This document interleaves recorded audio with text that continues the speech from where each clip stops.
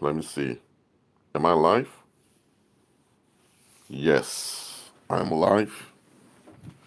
This is going to be an audio live, so no whiteboard will be used. So you can put your earphones in, or earpods, or put your headphones on, or if you are together with other people listening to this, or you have to do the laundry or wash the dishes or whatever, you can put this on speaker. I don't mind, do what you have to do. There's another live stream by me, already does it, or as you already know me, Rashid. I woke up about 20 minutes ago. I've been praying and fasting. So I decided, let me do another live stream for you all. So again, if you're here, let me know in the live chat, please. Thank you very much.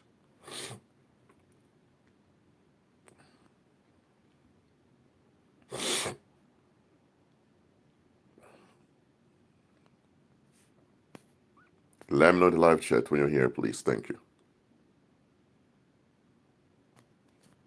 I'll start at 4 minutes as always, so you have time to come in. Let me know in the live chat when you're here, please. Thank you very much.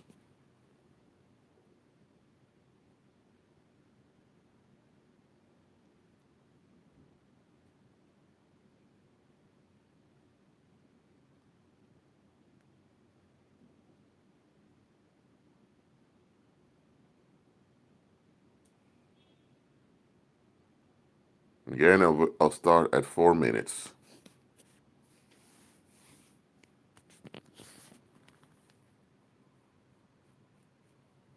I'll start at 4 minutes. People have time to come in.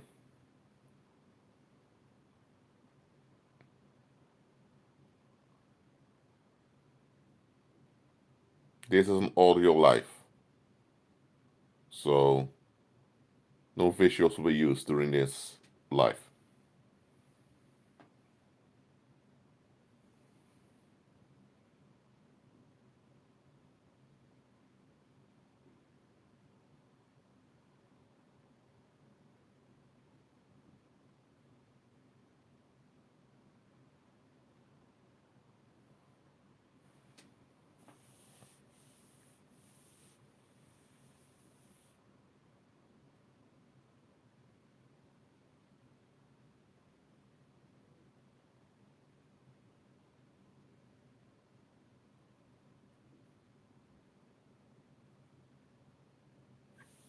I'll start in 1 minute at the 4 minute mark.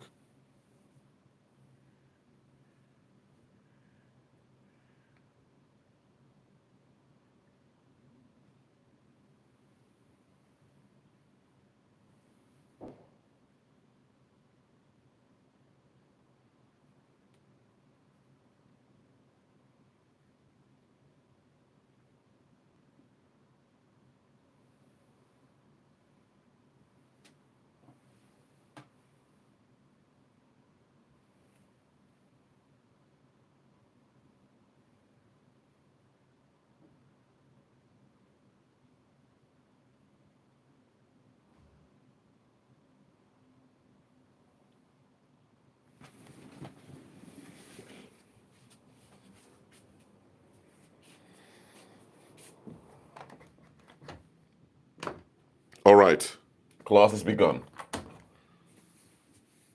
There's one thing I want you all here to understand about mass deception, and that is that mass deception is quite fragile. Some want you to think that mass deception is quite powerful. Now, it's powerful when many people fall for something. That is true. But it's not quite powerful in itself. Mass deception is quite fragile. What makes it powerful is the compliance of the masses. Again, let me repeat this. Mass deception in itself is not powerful. It's quite fragile. We experience it as powerful because we often face the consequences of it. But it doesn't mean that it in itself is powerful. One moment. Someone just rang the bell. Wait.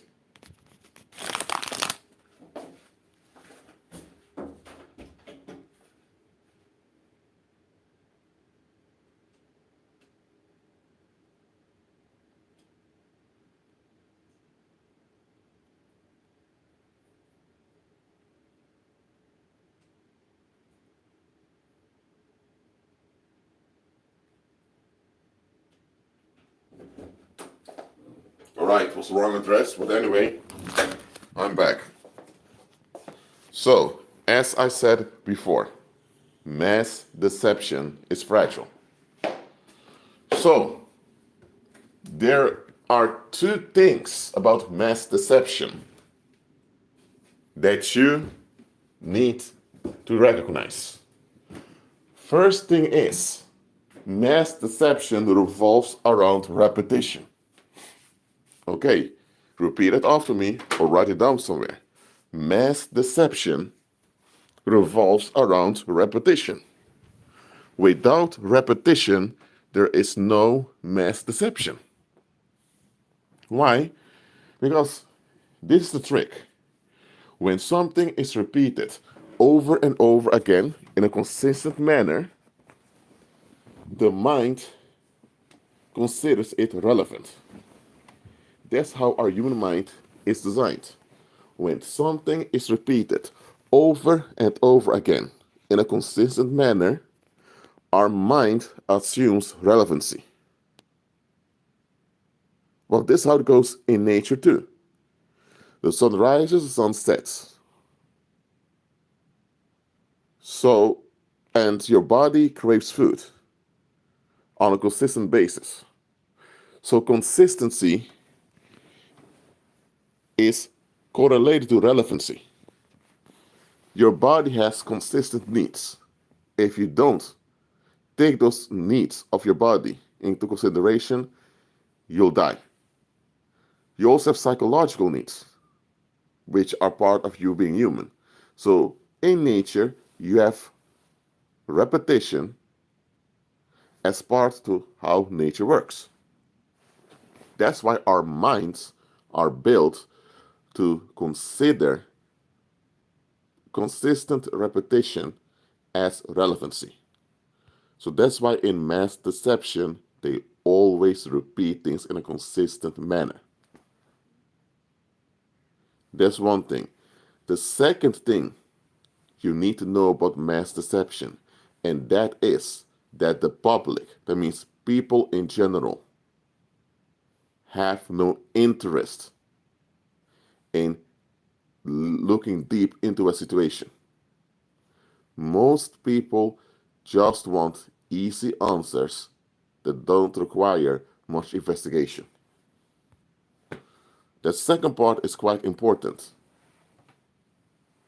Because again, mass deception simply comes down to you repeating a lie on a consistent basis, and though repeating this lie on a consistent basis, people will consider it something relevant. Now, if that's all you do, then that in itself is quite weak. So if people have the attitude to examine what's presented to them, then no mass deception would even work. Because think about it, if you would repeat something, let's say you would say there's an economic crisis, and all media outlets keep reporting about the economic crisis that goes on. Many people are losing their jobs. Now, let's say you see this on the news, and you look around you, and you never experienced any of this economic crisis. You, when you go outside, see people going to work and see people going to the malls. Apart from that, you also travel around a little bit, and you call your friends and family, or your former classmates, and they tell you, I don't notice anything. So if the public looks beyond what's presented to them, the public will figure out very quickly that, hold on a minute, this story doesn't add up. Which economic crisis? What are they talking about? And by them looking further into the matter, they figure out quickly that it's a bunch of tautology. Tautology simply means bullshit. Now, those are the two things about mass deception. I'm going to repeat them. It's about consistent repetition of misinformation. And the second is the public just doesn't want to look beyond or deep in a situation. That's it. It's the second factor that makes mass deception successful. Without the second factor, without the reluctance of the masses to look into stuff, no mass deception would work. Now look, when it comes to deception, it's easier to deceive a whole group than a single individual. A single individual on their own is more likely to see through nonsense.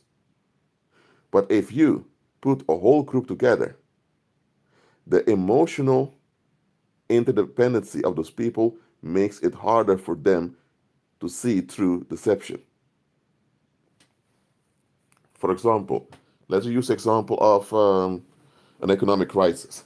Let's say there's in the news talk about a big economic crisis, and people get scared of it. A single individual can hear this, look around, and realize which economic crisis we're talking about. But if you have a group of people, and a group of people, they have jobs, they have families to take care of, or they think about being included. So when you have a bunch of people together, they tend to operate as a unit. That's how human beings are. In groups, we operate as a unit. We're still individuals, but as part of a group, we operate as a unit. And this emotional tie we have as a unit generates a kind of collective consciousness. So that becomes a mechanic way we operate as a group. And this mechanic operation is nothing wrong with it. It's just how groups operate.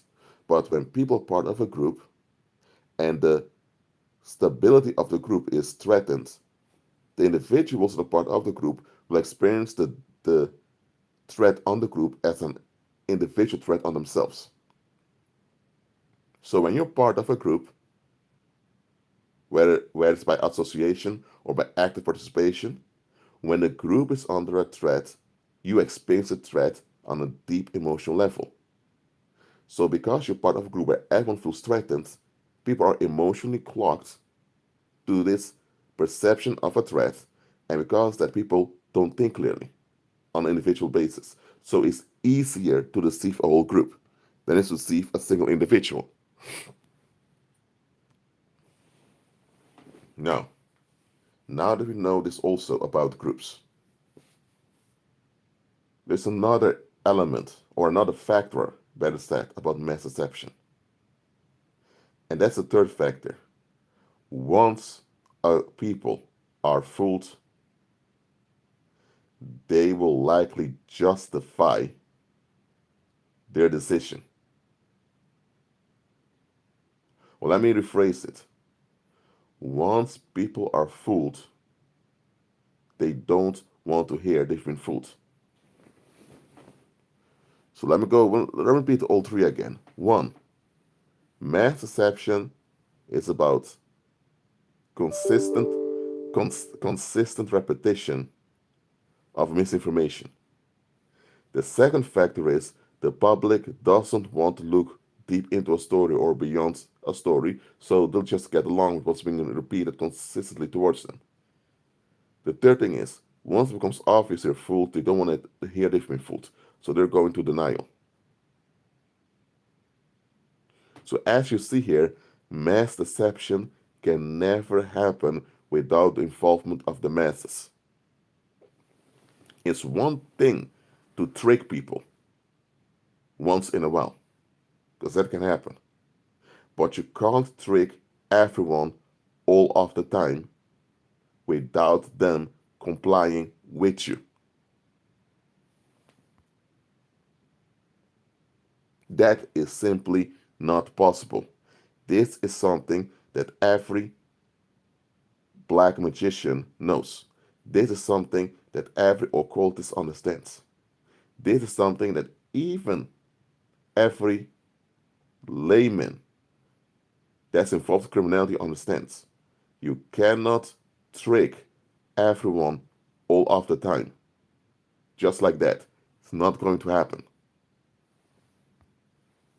So, when it comes to mass deception, there is a phase in which the people are enchanted. The enchantment phase is when the misinformation is repeated over and over again. After the enchantment phase, you get the honeymoon phase. In the honeymoon phase, everyone gets along with the misinformation or the deception or whatever is being presented to them, and people feel connected, that they are real. They feel that they're realistic, they're doing the right thing because they get along with other people.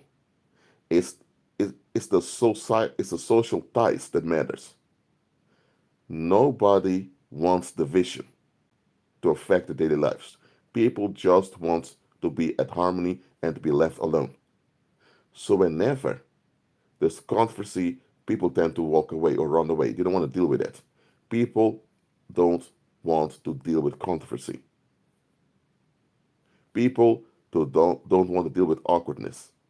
So whenever something is repeated over and over again on a consistent basis, the consistency of it being repeated, that will be perceived as legitimate by the masses. Because the moment you question the consistency of what's being told over and over again, then you also need to question everything else that has been consistent throughout your life. And if people need to go that far, they need to realize that in daily life they've been deceived on a consistent basis. So they don't want to go there. So, first you have the enchantment phase, when people are overwhelmed with the consistent repetition. Then you have the honeymoon phase, where everyone just gets along with the reality that is presented onto them. And then you have the denial phase, in which the public wakes up from their hangover and they need to realize now, oh dear, something's wrong. We've been taken advantage of. And as I mentioned before, once people are fooled, they don't want to hear from anyone that they've been fooled.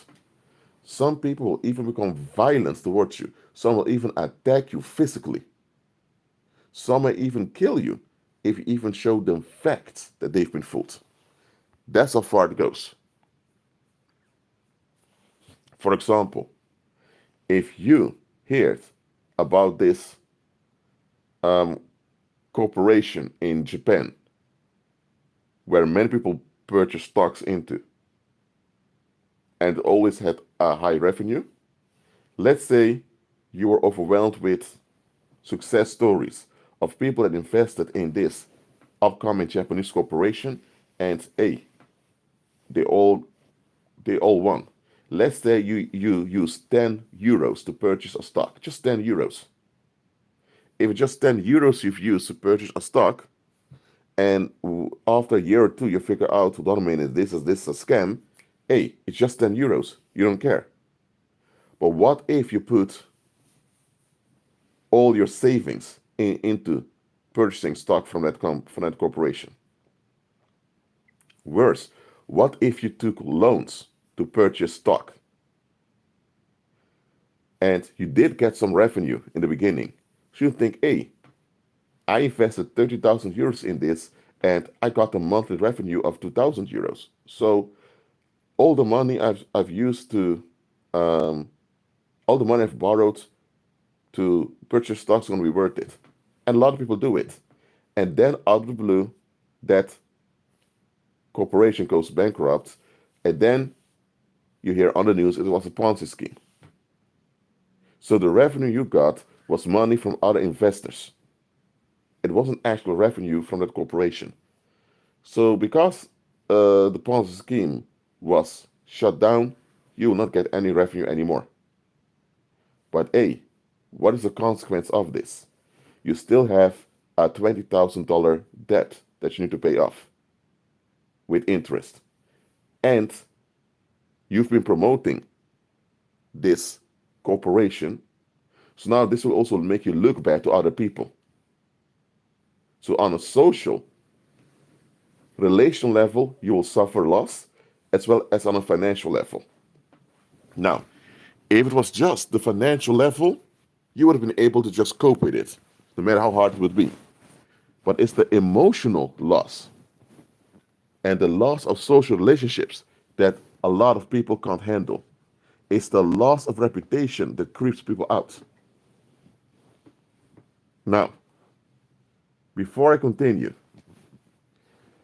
did any of you ever believe something someone said, and later you figured out this individual was hoaxing you?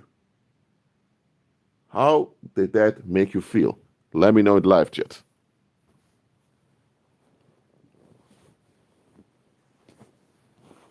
The question is, did you ever have someone telling you something that you believed, and later you figure out the individual was hoaxing you? How did that make you feel? I got one answer over here. What about the rest? How did this make you feel?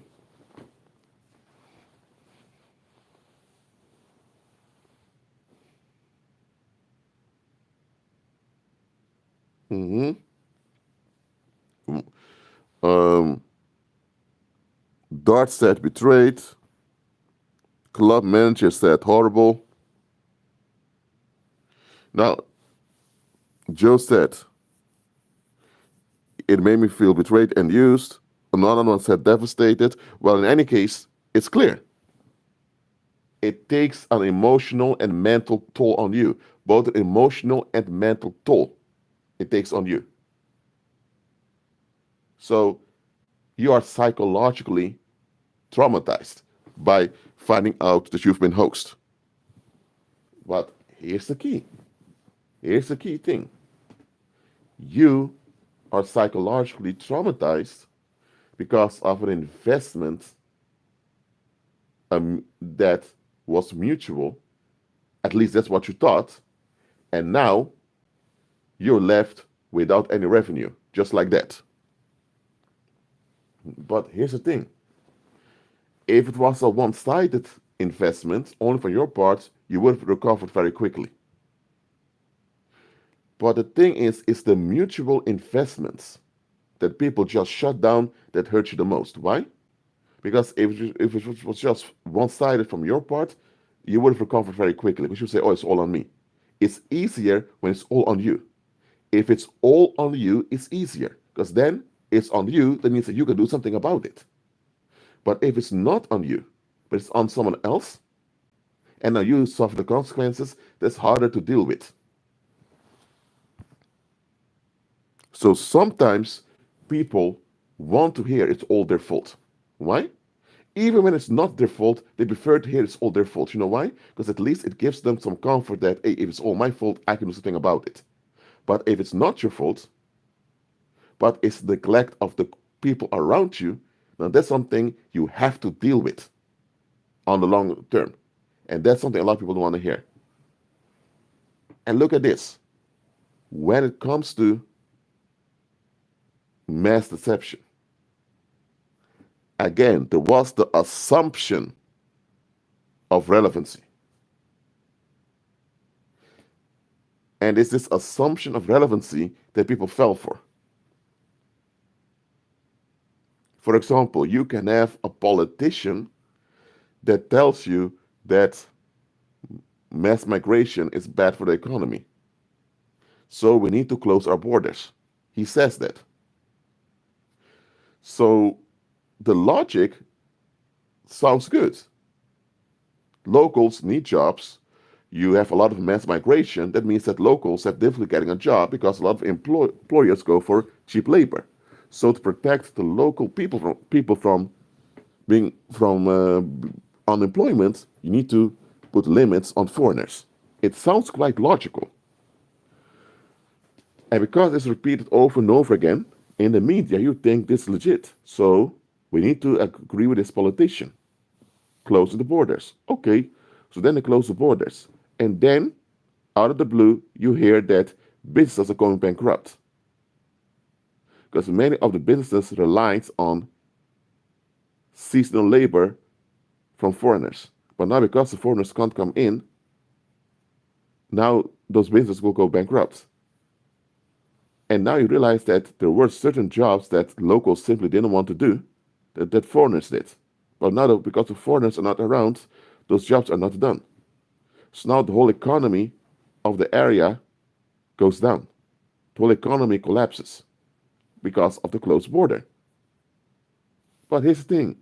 Why did people even believe in the method, in the policy of closing the borders? Because when that politician was opening it, when the politician was running his mouth and the media was placating the politician, they perceived this consistent reputation as relevancy. And it's there that the public had to think, hold on a minute. Closing borders, foreigners are a threat to local jobs, but okay. Why don't they just create more jobs for both foreigners and the locals? The public had the opportunity to check what was being said. And if the public does not check what's being said, they now end up agreeing with what's being said. And because they agree with it, they are now emotionally invested in it.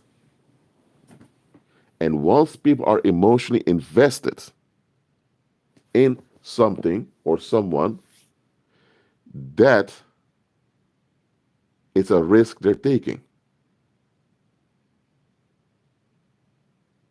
Now, people don't want to go through financial scams when they lose a lot of money, especially if they've been working for years, saving all that money. But people prefer to be fooled financially than be fooled emotionally. You know why? Because the money that's gone is gone. But you can work again or you can get on welfare or whatever. But the time, the days, months, years you've invested in an outcome and the outcome doesn't happen, you will never get all those days, months, and years back. And if after all that time, if after all those days, months, and years of investing, you're only left with damage, that's something people can't handle. I'm not saying that people are okay with being swindled out of their finances. No, they're not. But in general, people prefer to be financially robbed than for them to be emotionally fooled.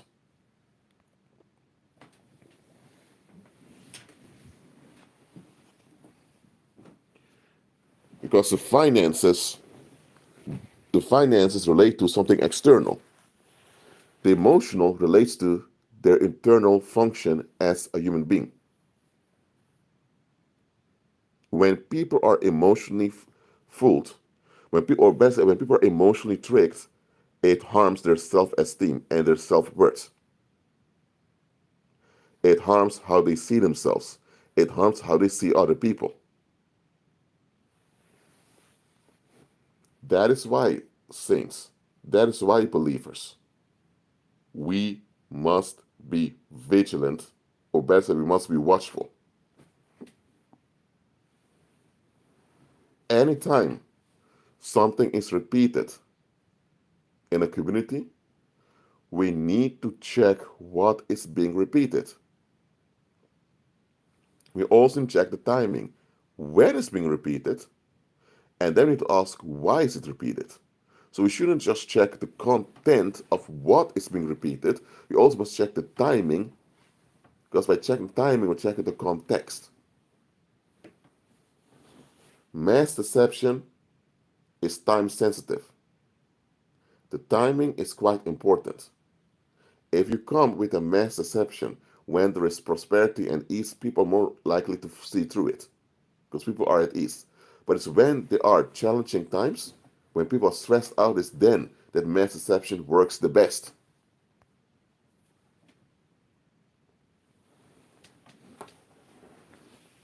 So, the timing of the consistent repetition is key in discerning what's going on.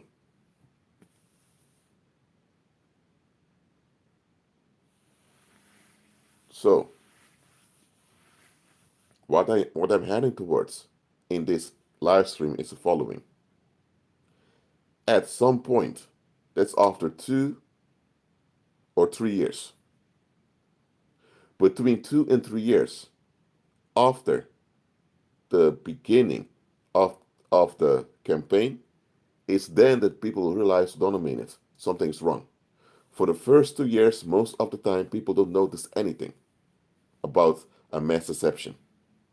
Now, that doesn't mean that nobody in the crowd noticed something was off.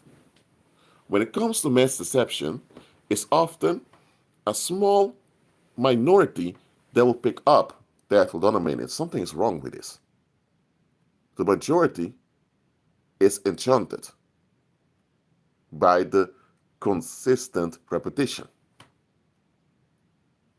The small minority that doubts what's being repeated is frowned upon.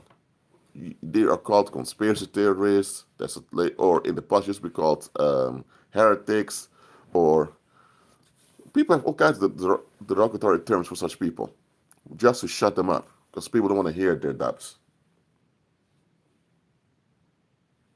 Then, again, you have the enchantment phase and you have the honeymoon phase. Those two together are around 2 years or 3 years. But between 2 and 3 years is a time period in which the spell fades, because spells never last forever. Now look, a spell can have an everlasting impact on someone, but it doesn't mean that the spell itself is everlasting. Let me give another example. If someone is stabbed to death, the stabbing happened, it was just an event. The stabbing didn't continue to happen. Even if someone was stabbed multiple times, it's an event. It happened on a specific date.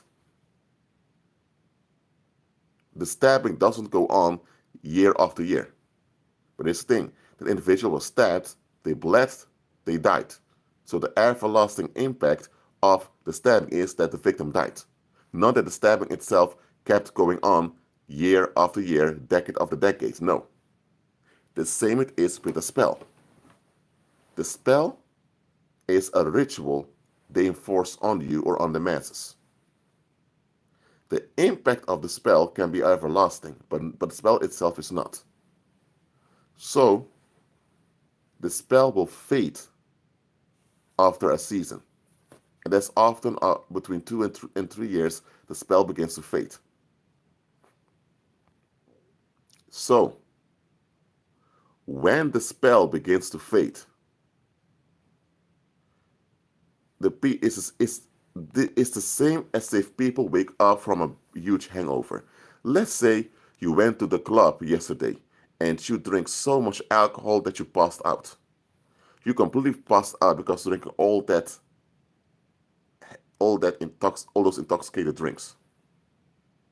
Now, when you wake up in the morning, you have a big hangover with headaches, with all that heavy drinking yesterday. And headaches you can't escape. Well, similar it is when a spell expires. When a spell expires, the public, or you can say the masses, they enter into the hangover phase in which they all begin to feel uncomfortable. Indeed, just like Joe said in the live chat, black magic is largely trickery, indeed.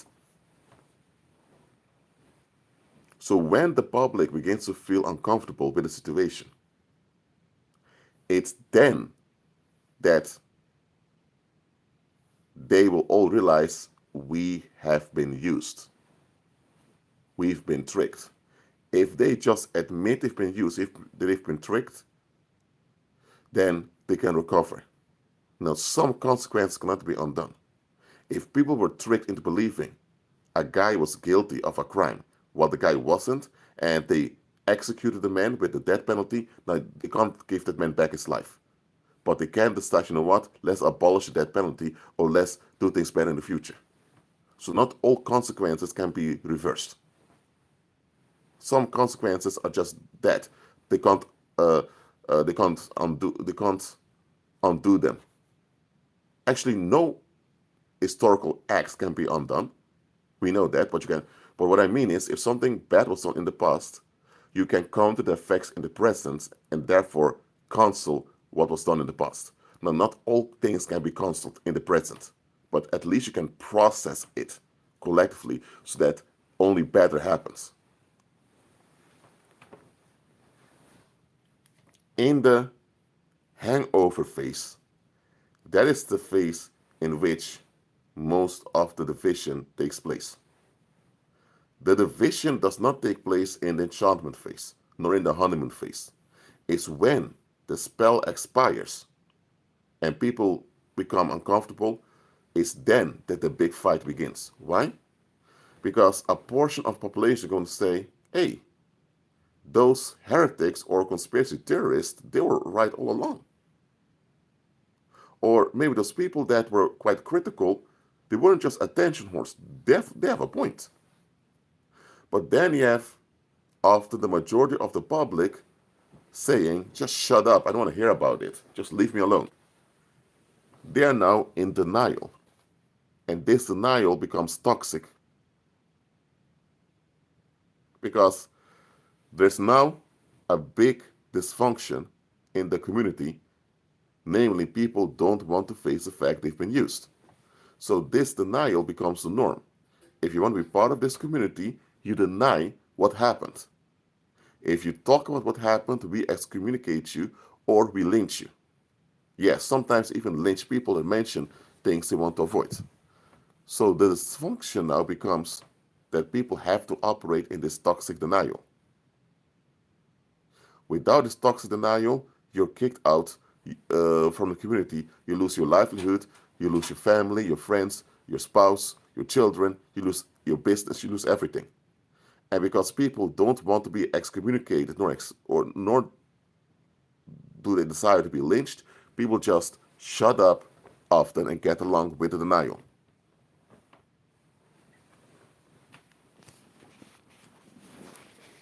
And this is a cycle that's repeated over and over again.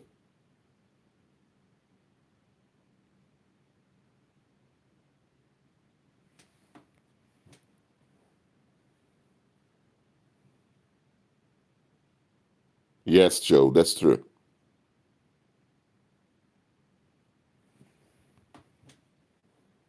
The liberals often are so into the quick fix, and conservatives, they kind of use the quick fix as damage control. But both are in on the quick fix. So don't let anyone fool you and think that the liberals are all for the quick fix, are the good guys who are interested in long-term solutions. No, both conservatives, both the conservatives as well as the liberals, they both want a quick fix, but they want a quick fix for different reasons, and they have arguments over those reasons. But when it comes down to it, both want quick fixes. That's what unites them.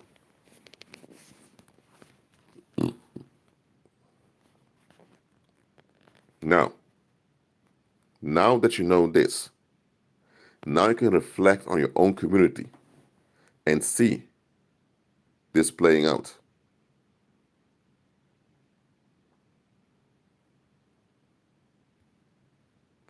And here's the thing, the people that conducted this psychological operation, the people that conducted this collective spell, often they themselves have abandoned the hoax. Why? Because to conduct mass deception is a lot of hard work and effort. So when the spell has expired, often the people that enacted the spell moved on. They don't even talk about it anymore. But now there's a fight amongst the public. For example,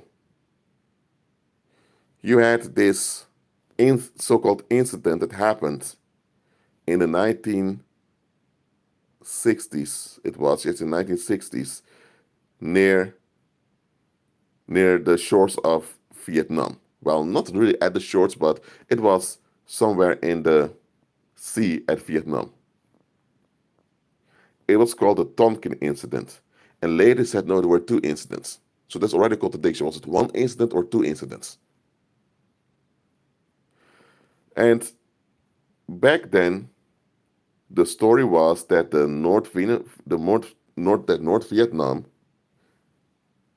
bombed some Navy ships, some warships of the United States in two successive incidents. And many American sailors died. And because of that now, the United States has to deal with the north of Vietnam as an enemy. This was used as a justification of the Vietnam War. Now, back then, there were journalists doubting the whole story. There were even some of the people in the public, common people, who realized the story doesn't add up. Where are the relatives of the dead sailors? Why aren't they coming on TV and crying out for vengeance on North Vietnam? If your son served in the US Navy and he has been killed by some cowards from North Vietnam, you as the parents or as the relatives would clearly come out and motivate people to go to war and fight the war. So a lot of people realize, hold on a minute, this doesn't add up.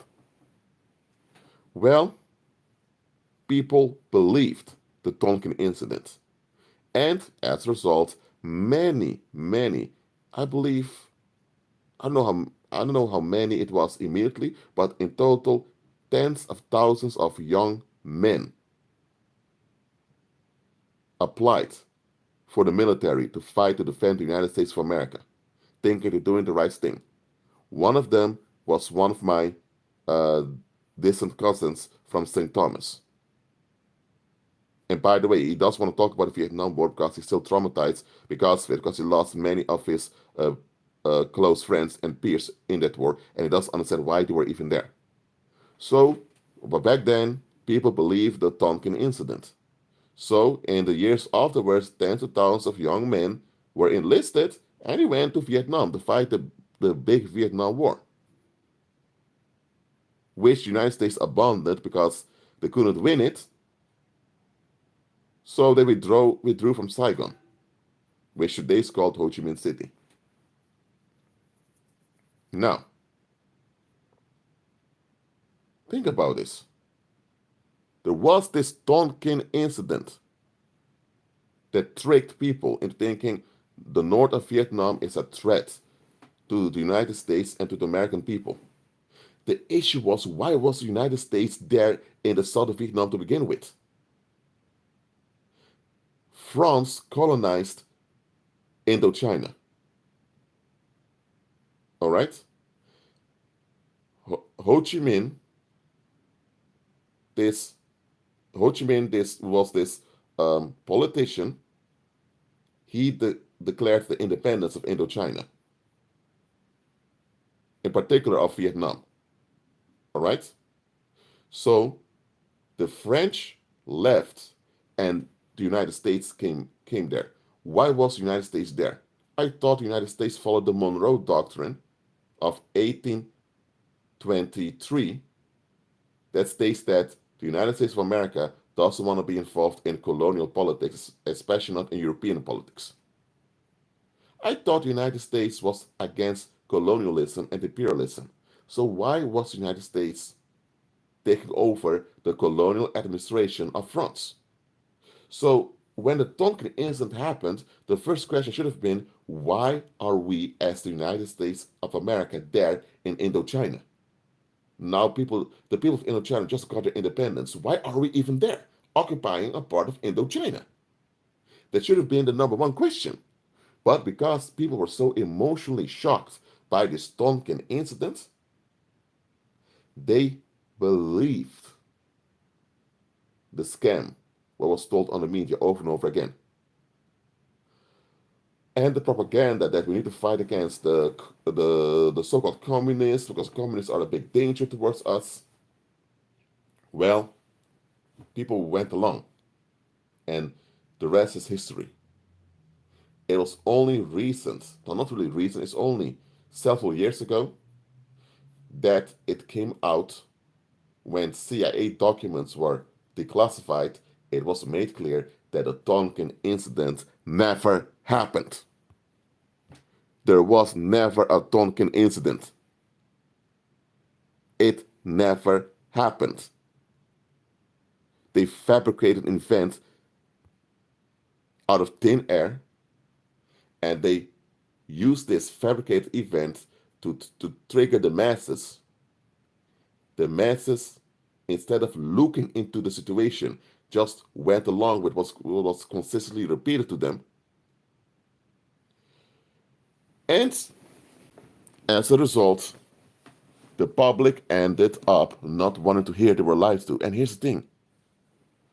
Tens of thousands of young men from the United States went and fought in that war, and many died.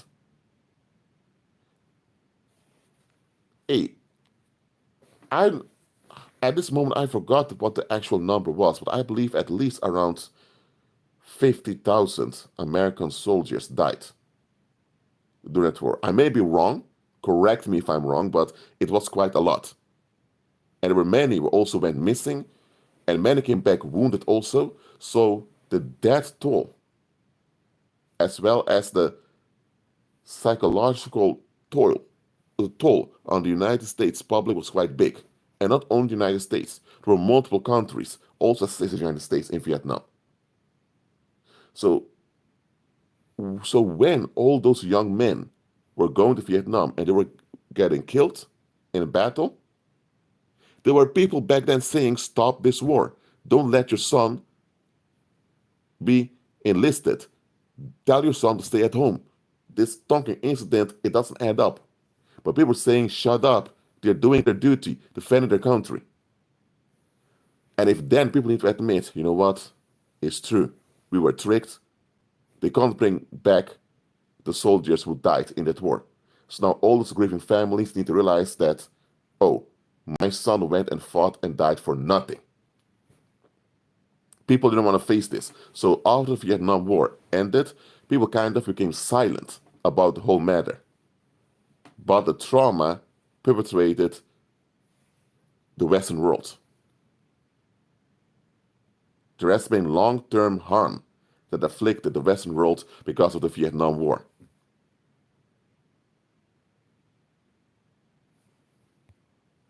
So, even today, when you discuss the Vietnam War, even people who are young, who weren't even born during that time, even they can clearly see, hold on a minute, this whole story doesn't even add up. But even they don't want to openly admit, you know what, the American public was tricked. Because to do that would mean that they need to realize, okay, but if the government tricked their own people back then into sending their sons to die in a fight that didn't add up, what prevents them from doing the same today? So even the young people think, you know what, we'd rather not talk about this because that means that we need to watch out with our own leaders today too.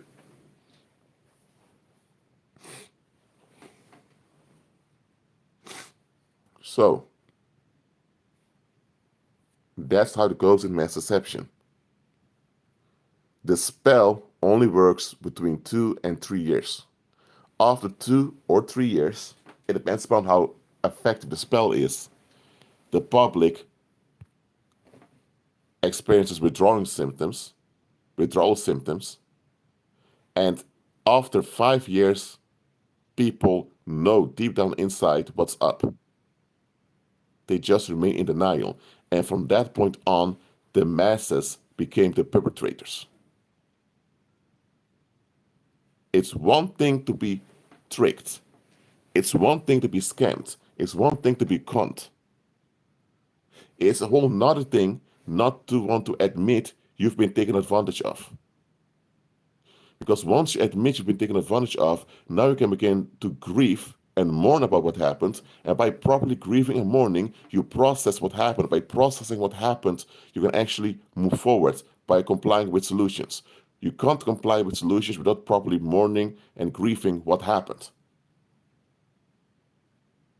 It's while you grieve and mourn that you actually realize what's going on and what you can do about it in the present to prevent this from happening again.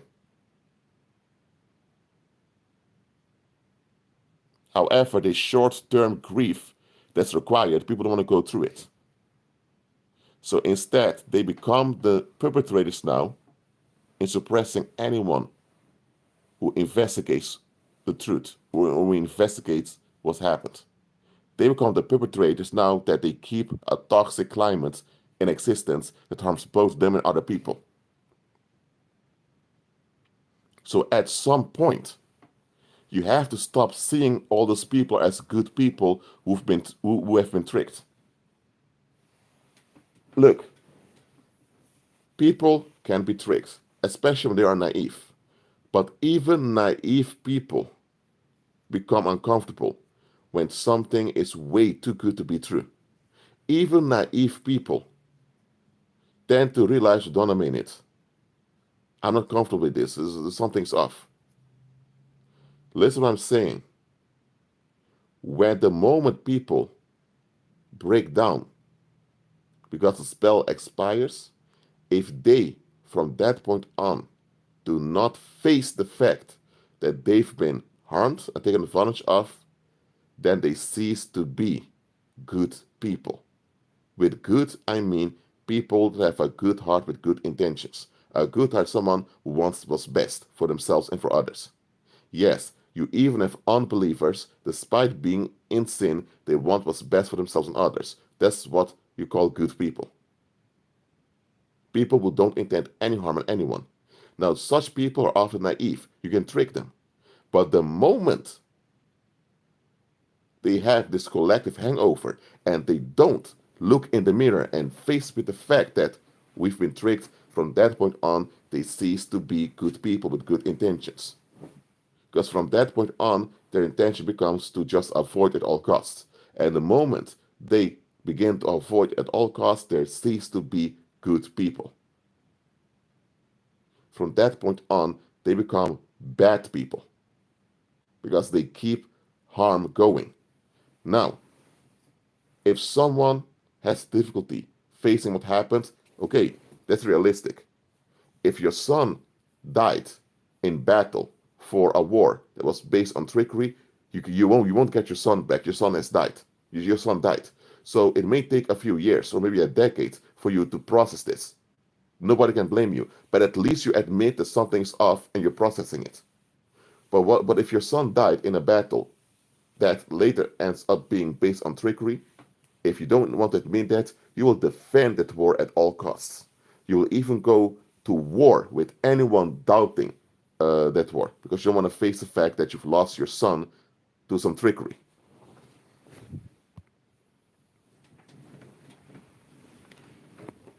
So, when the hangover begins, realize, believers, that when the hangover begins, things are about to get ugly, really ugly.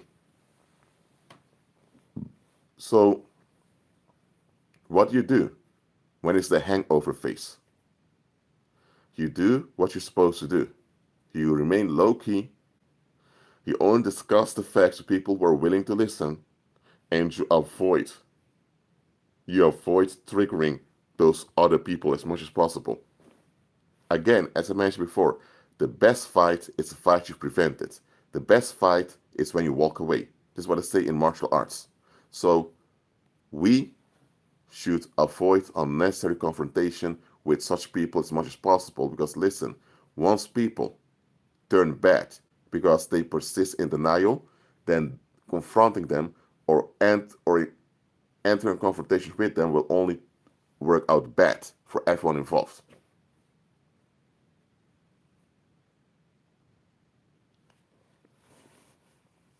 Look, some of those people who turned bad, they will be redeemed later.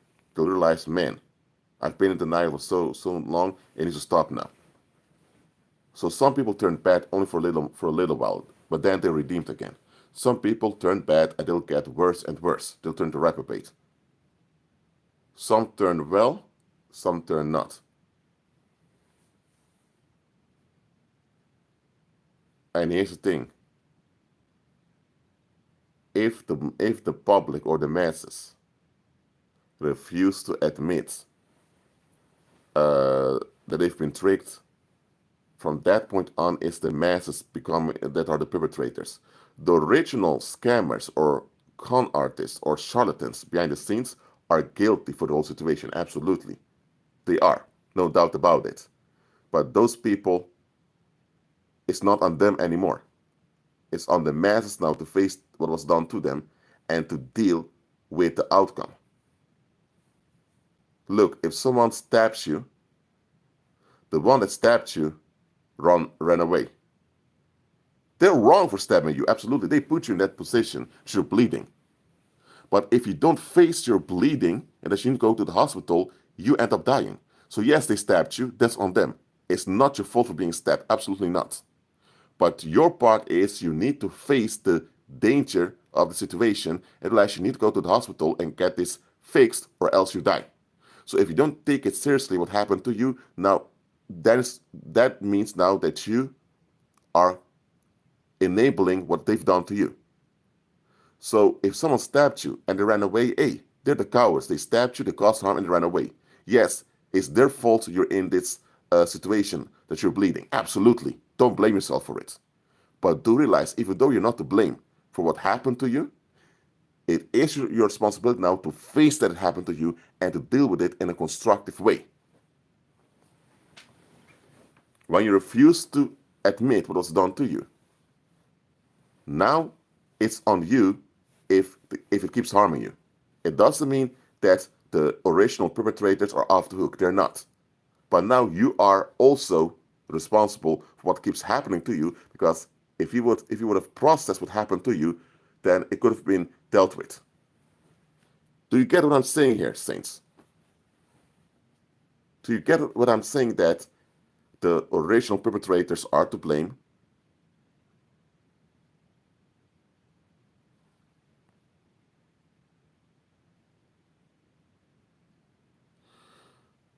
But eventually you need to take responsibility for your recovery. Does the rest understand it too?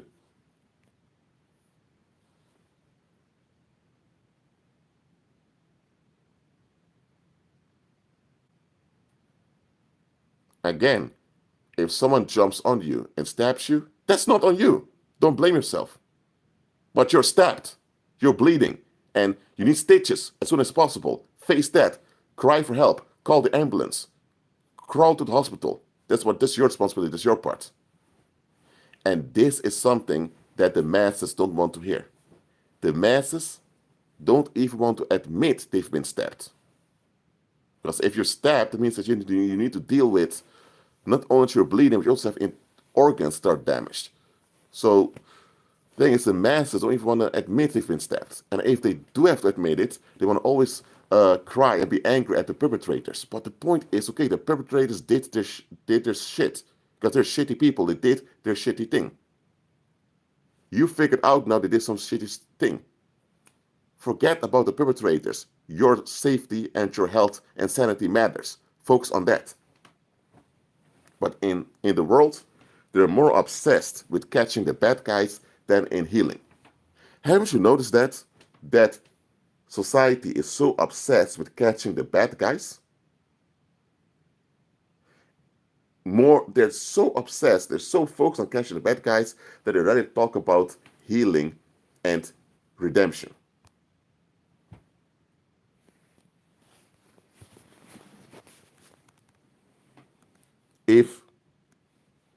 Let me say, if domestic violence happens and a woman is murdered by her husband, for example, you will have feminists crying out loud on social media, violence against women, this needs to stop. We need to teach men to treat women better, this and that. They're so obsessed with catching the bad guy and punishing the perpetrator. They even go so far that they label all men as potential rapists or whatever. But how many are willing to realize, hold on a minute, this woman could have left the situation anytime. Why did she stay in a bad situation? Why does it happen every year that women are murdered by their partners or by people close to them and we don't learn from it? Why is it keeps happening? Why is it so many women keep themselves in dangerous situations? Oh, they were raised to be good victims. Who raised in that way? We did, the community. So we are responsible for those women being emotionally defective but not realize they need to leave a bad situation.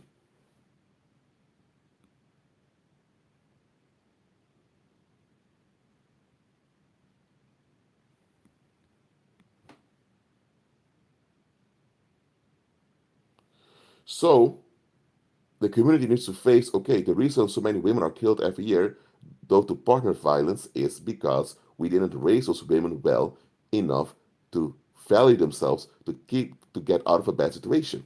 So let's face that. No, society makes documentaries about the perpetrators. When you go on Netflix or you go on YouTube or on Amazon Prime or whatever, you'll see dozens of documentaries about monsters, about serial killers, about serial rapists, about pedophiles, all of that. Where are the documentaries about community healing? Where are the documentaries about recovery? Where are the documentaries about breaking generational curses? Where are those documentaries? Where are the documentaries about financial breakthrough? Where are the documentaries about overcoming generational curses? Where are the documentaries about building generational wealth? Where are they? Some exist, but they rarely get attention. That shows you that worldlings are so obsessed with punishment that they realize that, okay, even if you punish and you escalate on the perpetrator, it doesn't undo what happened. If someone was murdered, you won't get them back by escalating on the perpetrator. The death penalty is only revenge. You don't get back the victim that died. If a victim was raped or sexually molested as a child, you don't. The sexual molestation is not undone. The consequences are still there. Yes, you can focus on preventing in the future, but you still need to realize how did it come so far.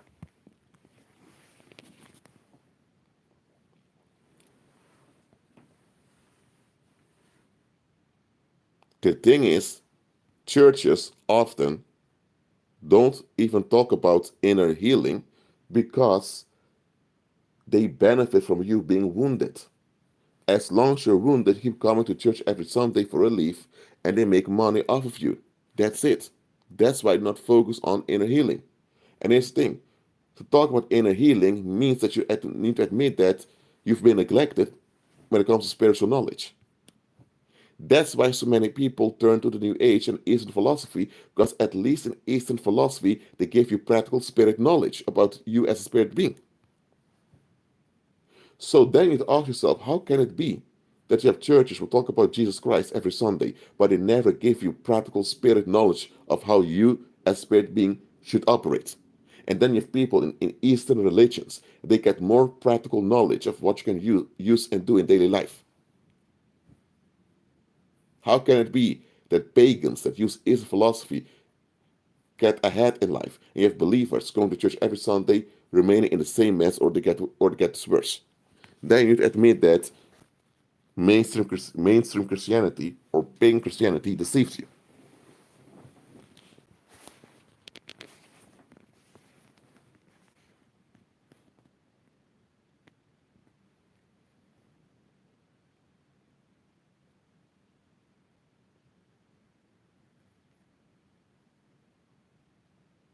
So do not excuse the masses. At some point, they're not good people they're not good people that are victimized anymore. At some point, they're not victims anymore. At some point, they became victimizers by not dealing with the situation properly. And this is something quite hard for people to, to process, that many of the people around them are actually victimizers. Some don't even want to admit that they were the victimizers in the situation because they want to be left alone, so they went along with whatever bullshit story there was. Whether you were part, whether you were part of the victimizers or not, realize that many people around you are just that, victimizers. Not all people. We're not going to become paranoid here. Not all people, but many are victimizers.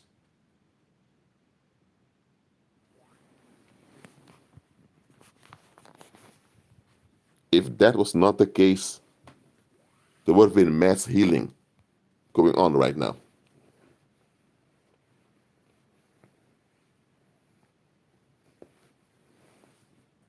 So,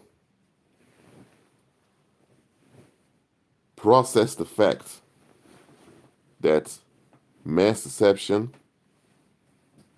does not excuse the violent attitude of the crowd to be left alone.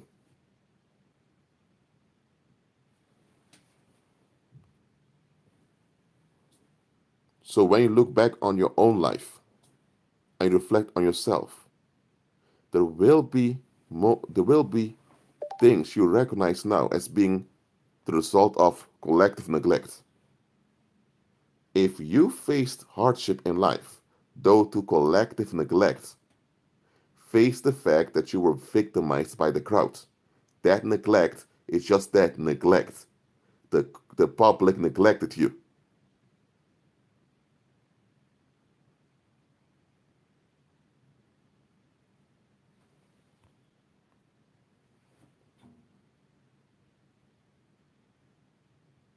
So, face the fact you've been neglected. Process it. By doing that, you break the cycle. You break the chain. You don't process this, you become part of the chain. Even you process the neglect of the masses and you break the chain, or though to denial, you'll join them and become part of the chain. It's one of the two. What will it be? All right. That was this live stream. Thank you for being here and listening. If you have any questions relating to this topic, you can ask them.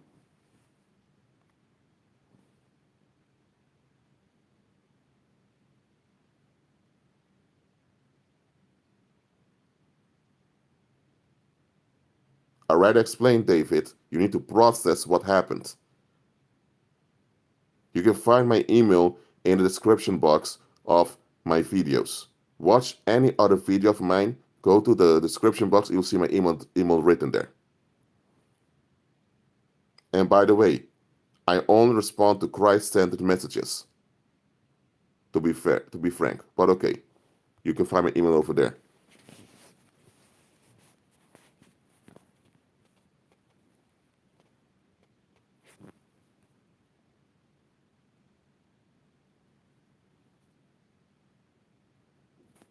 I'll wait a little to see if I get any questions. If you have to leave, you can leave. The class is over.